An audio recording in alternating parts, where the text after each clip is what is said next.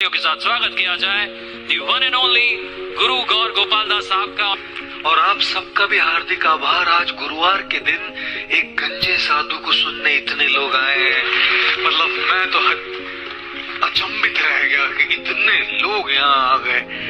आपका सबका हार्दिक आभार व्यक्त करना चाहते हैं। Thank you very much, thank you very much. अगर हम आपको कहें कि हर रोज ब्रेकफास्ट में, लंच में और डिनर में आपको रोटी और लौकी की सब्जी मिलेगी,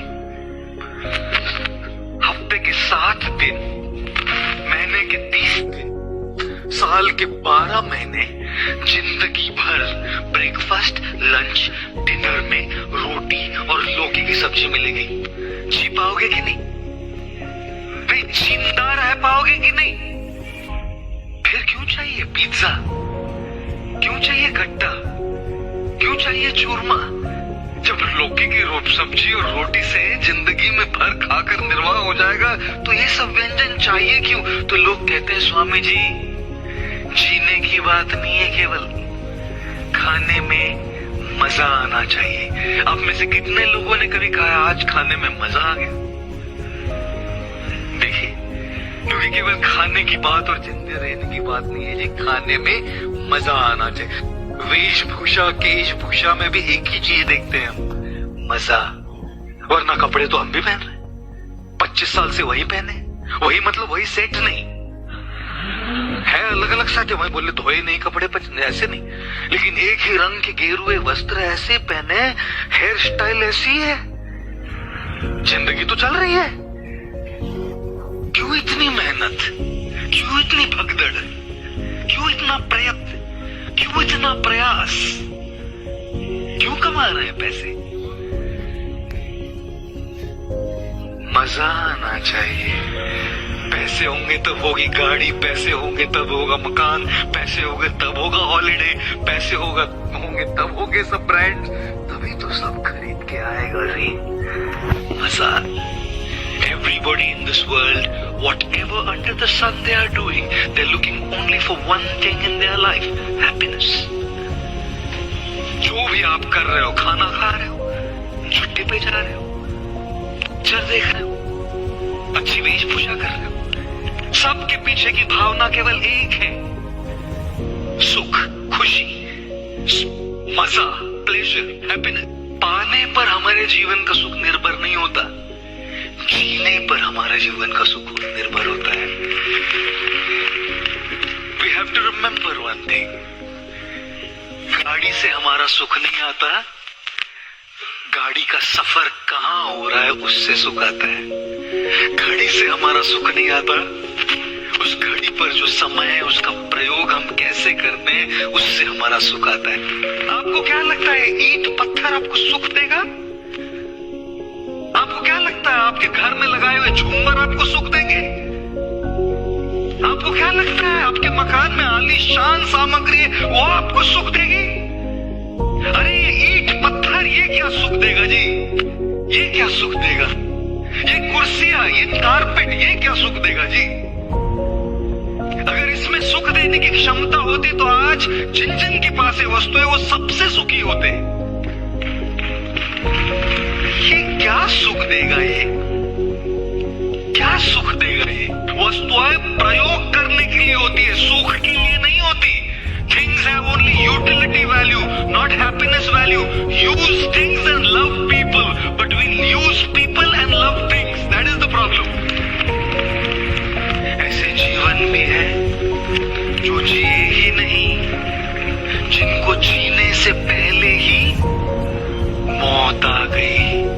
आज के इस आधुनिक समाज में जीते जाते मुर्दों के समाज की अवहेलना करता हूं मैं। मुर्दों का समाज बन गया है, जो चलते फिरते मुर्दे, चलते फिरते भूत, वस्तुओं के और सारे समृद्धियों से घिरे हुए हैं, लेकिन सही तरीके से जीना नहीं जानते। और इसीलिए जीने की कला को समझने का प्रयत्न करना है हमें। और इसीलिए आए हैं हम यहाँ, आपको कुछ सिखाने नहीं। हमारी क्या औकात कि हम आपको कुछ सिखाएं। जो आप जानते हैं उसी को आपको याद दिलाने आए हैं। Deal with challenges. अगर अपनी चुनौतियों का सही तरीके से सामना करना नहीं सीखिएगा, सुखी कहां से रहोगे? वो चुनौती तो खड़ी है, बस ठेका लेकर के इसको रुला के रहूंगी मैं, इसको चोट पहुंचा के रहूंगी मैं। गीत गाता हूं मैं, गुनगुनाता हूं मैंने हंसने का वादा किया था कभी, इसलिए अब सदा मुस्कुराता हूं मैं। मुस्कुराइए, खुदा ने जीवन रोने के लिए नहीं दिया है, न तो आपको न मुझे। And therefore, pain is automatic, happiness is a, anger is automatic, shutting up is a, hatred is automatic, loving is a,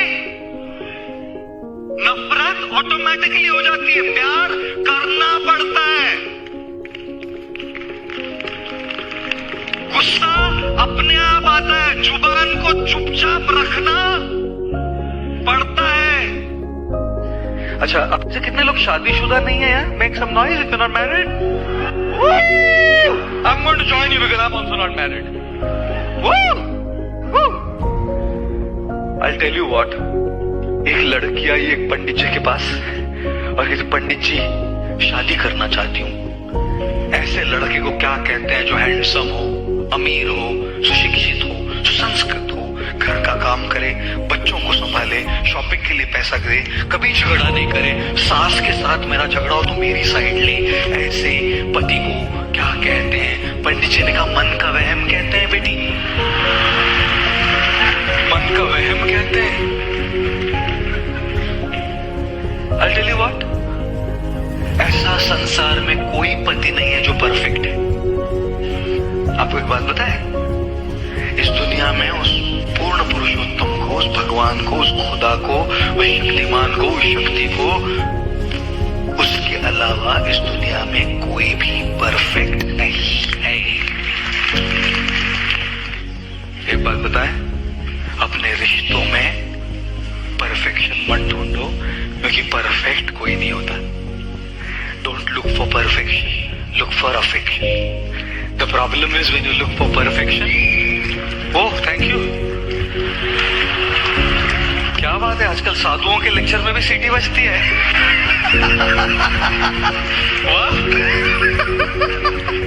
जब भी किसी की गलतियां हो ना, एक कागज ले लीजिए, 2 कॉलम बनाइए, एक और लिखिए उनके सारे अच्छे गुण और दूसरी ओर लिखिए उनकी गलतियां, और फिर निर्णय कीजिए यहां ध्यान देना है कि यहां ध्यान देना है। और इसलिए हम कहते हैं भूल होना प्रकृति है, होती है, मान लेना संस्कृति है, और सुधार लेना प्रगति है। इसलिए अगर कोई मान लेता है ना गलती हुई, उसको चांस देना चाहिए।